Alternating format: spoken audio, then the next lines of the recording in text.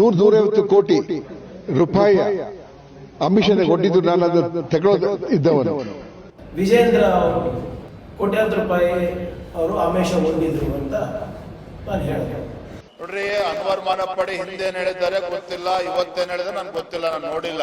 30,000 ಕೋಟಿಯ ಒಂದು ಹಗರಣ ಹೊರತಂದು ಬಿಜೆಪಿಯವರ ಡಬಲ್ ಸ್ಟ್ಯಾಂಡರ್ಡ್ಸ್ ಏನಿದೆ ವಕ್ಫ್ ವಿಚಾರದಲ್ಲಿ ಅವ್ರು ಕೊಟ್ಟಂತ ವರದಿನ ಕಾಂಗ್ರೆಸ್ ಮುಖಂಡರನ್ನ ಕಾಪಾಡಿ ಅಂತೇಳಿ ನಾನ್ಯಾಕೆ ಅವ್ರ ಮನೆ ಬಾಗಿಲು ಹೋಗ್ಬೇಕು? ಶೋಭಾ ಕರಂದ್ಲಾಜೆ ಅವರ ಒಂದು ಪ್ರಶ್ನೆಗೆ ಅಲ್ಲ, ಪ್ರಿಯಾಂಕಾ ಖರ್ಗೆ ಅವರು ಮಾತನಾಡಿರ್ತಕ್ಕಂಥದ್ದು ಕೂಡ ಅರ್ಥಹೀನ. ಈಗ ಸಿಬಿಐ ಮಾಡ್ಲಿ ಕೊಡ್ಲಿ, ನೆನಪೋಗಿರ್ಬೇಕು ಬಿಜೆಪಿಯವರಿಗೆ ಇಂಥ ಅಲಿಗೇಷನ್ ಆಗಿತ್ತು ಅಂತ. ನಾನು 2,30,000 ಕೋಟಿಯ ಒಂದು ಹಗರಣ ಹೊರತಂದು 150 ಕೋಟಿ ರೂಪಾಯಿ ಅಮಿಷನ್ ಕೊಟ್ಟಿದ್ದು ನಾನು ಅದನ್ನು ತಗೊಳ್ಳೋದು ಇದ್ದವನು. 2012-13 ನಾನು ವರದಿಯನ್ನು ಸಲ್ಲಿಸಿದಾಗ ವಿಜೇಂದ್ರ ನನಗೆ ಯಾರಂತ ಕೂಡ ಗೊತ್ತಿಲ್ಲ. ಆಗ ವಿಜೇಂದ್ರ ಸೀನಿಯಲ್ಲೇ ಇದ್ದಿಲ್ಲ. ಅವರು ನನಗೆ 150 ಕೋಟಿ ವಿಷಯ ಹೇಳಿದ ನನಗೆ ನೆನಪೇ ಇಲ್ಲ. ನನಗೆ ಗೊತ್ತೇ ಇಲ್ಲ ಅವರು 150 ಕೋಟಿ ಕೊಟ್ಟದ್ದು. ಯಾರಂತ ಆಫರ್ ಮಾಡಿದ್ರೆ ಅದು ಕೇವಲ ಕಾಂಗ್ರೆಸ್ನವರು ಮಾತ್ರ. ಅಷ್ಟು ನೋವಾಗಿದೆ ಸರ್ ನನಗೆ. I am paying so much to see. That's the reason I am decided on this. Let them shoot me, let them kill me. I am game for it. I am game for it. I'm not lying or putting up a show. Vijayendra has offered me crores of rupees to pull back this case. So many people have offered me money. And tell you very frankly, I'm not as comfortable as I was earlier, because even my home front property is under litigation. I'm managing. I could have easily gone to them, Kodiyappa nange ದುಡ್ಡು ಕೊಡಿ, ನಾನು ಬಂದ್ ಮಾಡ್ತೇನೆ ಅಂತ ಹೇಳಿ. Let them deny whether they have offered me money or not. Crores of rupees they have offered me, and everybody knows about it. You ask the congressman himself. 2012-13 ನಾನು ವರದಿಯನ್ನು ಸಲ್ಲಿಸಿದಾಗ ವಿಜೇಂದ್ರ ನನಗೆ ಯಾರಂತ ಕೂಡ ಗೊತ್ತಿಲ್ಲ. ಆಗ ವಿಜೇಂದ್ರ ಸೀನಿಯಲ್ಲೇ ಇದ್ದಿಲ್ಲ. ಅವರು ನನಗೆ 150 ಕೋಟಿ ವಿಷಯ ಹೇಳಿದ ನನಗೆ ನೆನಪೇ ಇಲ್ಲ. ನನಗೆ ಗೊತ್ತೇ ಇಲ್ಲ ಅವರು 150 ಕೋಟಿ ಕೊಟ್ಟದ್ದು. ಯಾರಂತ ಆಫರ್ ಮಾಡಿದ್ರೆ ಅದು ಕೇವಲ ಕಾಂಗ್ರೆಸ್ನವರು ಮಾತ್ರ. ನಾನು 2,30,000 ಕೋಟಿಯ ಒಂದು ಹಗರಣ ಹೊರತಂದು 150 ಕೋಟಿ ರೂಪಾಯಿ ಅಮಿಷನ್ ಕೊಟ್ಟಿದ್ದು ನಾನು ಅದನ್ನು ತಗೊಳ್ಳೋದು ಇದ್ದವನು. ಬಹಳ ಸ್ಪಷ್ಟವಾಗಿ ಇದೇ ಮಾರ್ಪಡಿ ಅವರು ಹೇಳ್ತಾರೆ, ನನ್ನ ಮನೆಗೆ ಗನ್ಮ್ಯಾನ್ ತಗೊಂಡು ವಿಜೇಂದ್ರ ಅವರು ಬಂದಿದ್ರು, ನನಗೆ 1 ಅಲ್ಲ 10 ಅಲ್ಲ 20 ಅಲ್ಲ 150 ಕೋಟಿ ರೂಪಾಯಿ ಆಫರ್ ಮಾಡಿದ್ರು ಈ ವಕ್ಫ್ ವಿಚಾರಗಳನ್ನ ಬಿಟ್ಬಿಡ್ಲಿಕ್ಕೆ. ಇದರಲ್ಲಿ ಎಲ್ಲರೂ ಶಾಮೀಲಿದ್ದಾರೆ, ಬಿಟ್ಬಿಡ್ಲಿಕ್ಕೆ 150 ಕೋಟಿ ರೂಪಾಯಿ ಆಫರ್ ಮಾಡಿದ್ದಾರೆ ಅಂತ ನೇರವಾಗಿ ಲೈವ್ ಆಗಿ ಹೇಳ್ತಾರೆ. ನನ್ನಂತ ಮನುಷ್ಯನಿಗೆ ಕೋಪ ಬರಲೇಬೇಕು. ನಾನು 2,30,000 ಕೋಟಿಯ ಒಂದು ಹಗರಣ ಹೊರತಂದು 150 ಕೋಟಿ ರೂಪಾಯಿ ಅಮಿಷನ್ ಕೊಟ್ಟಿದ್ದು ನಾನು ಅದನ್ನು ತಗೊಳ್ಳೋದು ಇದ್ದವನು. ಹಾಗಿರುವಾಗ ಇಂಥ ಒಂದು ಒಳ್ಳೆ ಕಾರ್ಯಗಳನ್ನು ತಂದಾಗ ಇದನ್ನು ಅನುಸರಿಸಿದ್ದರೆ ನಾನು ಕೋಪ ಮಾಡಿದ್ರೆ ಮತ್ತೇನು ಮಾಡಲಿ? ನೋಡ್ರಿ, ಅನ್ವರ್ ಮಾನಪ್ಪಡಿ ಹಿಂದೇನು ಹೇಳಿದ್ದಾರೆ ಗೊತ್ತಿಲ್ಲ, ಇವತ್ತೇನು ಹೇಳಿದ್ರೆ ನನ್ಗೆ ಗೊತ್ತಿಲ್ಲ, ನಾನು ನೋಡಿಲ್ಲ. ಆದ್ರೆ ನಾನು ಹೇಳ್ತೇನೆ, ಇದಕ್ಕೇನಾದ್ರು ಅರ್ಥ ಇದೆಯಾ? ಬಿಜೆಪಿ ಸರ್ಕಾರ ಇದ್ದಾಗ ಅವ್ರು ಕೊಟ್ಟಂತ ವರದಿನ ಕಾಂಗ್ರೆಸ್ ಮುಖಂಡರನ್ನ ಕಾಪಾಡಿ ಅಂತೇಳಿ ನಾನ್ಯಾಕೆ ಅವ್ರ ಮನೆ ಬಾಗಿಲಿಗೆ ಹೋಗ್ಬೇಕು? ನಾನ್ಯಾಕೆ ಕಾಂಗ್ರೆಸ್ ಪಕ್ಷದ ಮುಖಂಡರನ್ನ ಅವ್ರನ್ನ ಕಾಪಾಡಿ ಅಂತ ನಾನ್ಯಾಕೆ ಕೇಳಬೇಕು? ನನಗೇನು ದೊಡ್ಡಪ್ಪ ಚಿಕ್ಕಪ್ಪನ ಮಕ್ಕಳಿದ್ದಾರೆ ಕಾಂಗ್ರೆಸ್ ಪಕ್ಷದಲ್ಲಿ? ಅಲ್ಲ, ಪ್ರಿಯಾಂಕಾ ಖರ್ಗೆ ಅವರು ಮಾತನಾಡಿರ್ತಕ್ಕಂಥದ್ದು ಕೂಡ ಅರ್ಥಹೀನ. ಅವರು ವಿಡಿಯೋ ರೆಕಾರ್ಡ್ ನಲ್ಲಿ ಹೇಳಿದಾರಲ್ಲ, ಅದರ ಆಧಾರದ ಮೇಲೆ ಹೇಳಿದ್ದಾರೆ. ಅವರೇ ಮಾತಾಡಿದ್ದಾರೆ, ಅದರ ಮೇಲೆ ಮಾತಾಡಿದ್ದಾರೆ. ಯಾರು? ಅನ್ವರ್ ಮಾನಪ್ಪಡಿ ಅವರು. ಈಗ ಸಿಬಿಐ ಮಾಡ್ಲಿ ಕೊಡ್ಲಿ, ಕೇಂದ್ರ ಸರ್ಕಾರ ಮಾಡ್ಲಿ, ಸಿಬಿಐ ಮಾಡ್ಲಿ.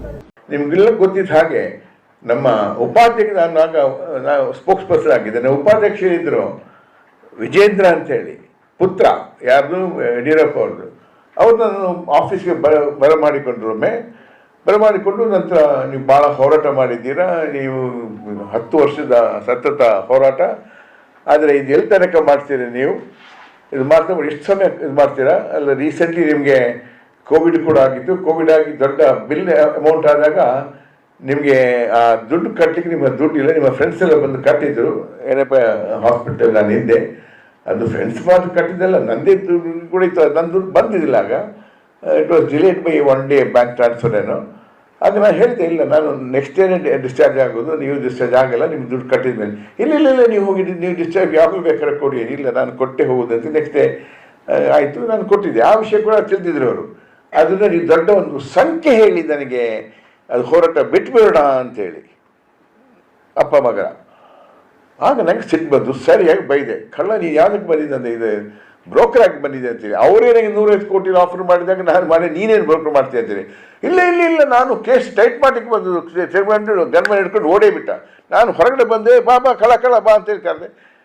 I did the press conference. Same evening I did a press conference. I am happy to say that Kannadappa carried that where I called father and son are the thieving duos ಅಂತ ಹೇಳಿದ್ದಾರೆ. ಇವರು ಒಟ್ಟಿಗೆ ಸೇರಿ ಕಳ್ಳತನ ಮಾಡ್ತಿದ್ದಾರೆ.